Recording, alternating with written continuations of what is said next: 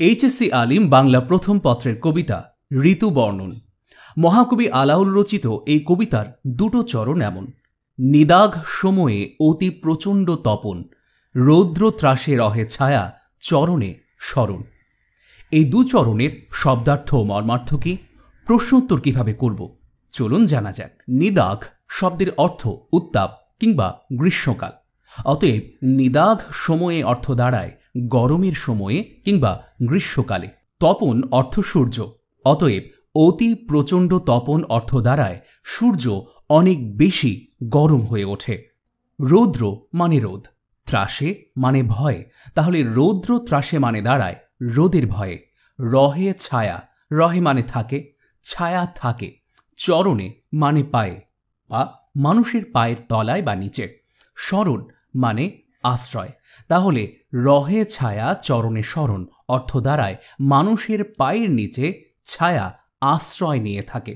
তাহলে পুরো লাইনের শাব্দিক অর্থ দাঁড়ায় এমন: রোদের ভয়ে ছায়া মানুষের পায়ে আশ্রয় নিয়ে থাকে। এবার আসুন মর্মার্থ।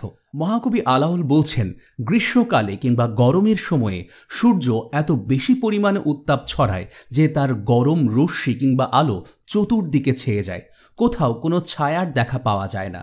আমরা যখন রাস্তায় কিংবা পথে হাঁটি, আমাদের সমগ্র শরীরে সূর্য তার আলো দিয়ে আমাদেরকে ঢেকে রাখে, ঘিরে রাখে।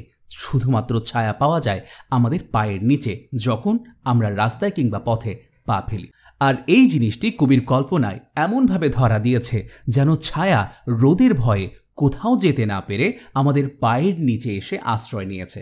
তাহলে সোজাভাবে কথাটা হচ্ছে, কোথাও ছায়া থাকে না আমাদের পায়ের নিচে ছাড়া।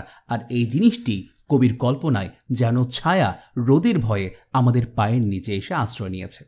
অতএব এই দুচরণ থেকে যদি প্রশ্ন আসে, ব্যাখ্যা করতে বলা হয়, আমরা লিখতে পারি মহাকবি আলাওল ঋতুবর্ণন কবিতার এই দুই চরণে বাংলার গ্রীষ্মকালীন সূর্যের উত্তাপের ভয়াবহতা এবং ছায়াহীনতার কথা আমাদের সামনে তুলে ধরেছেন।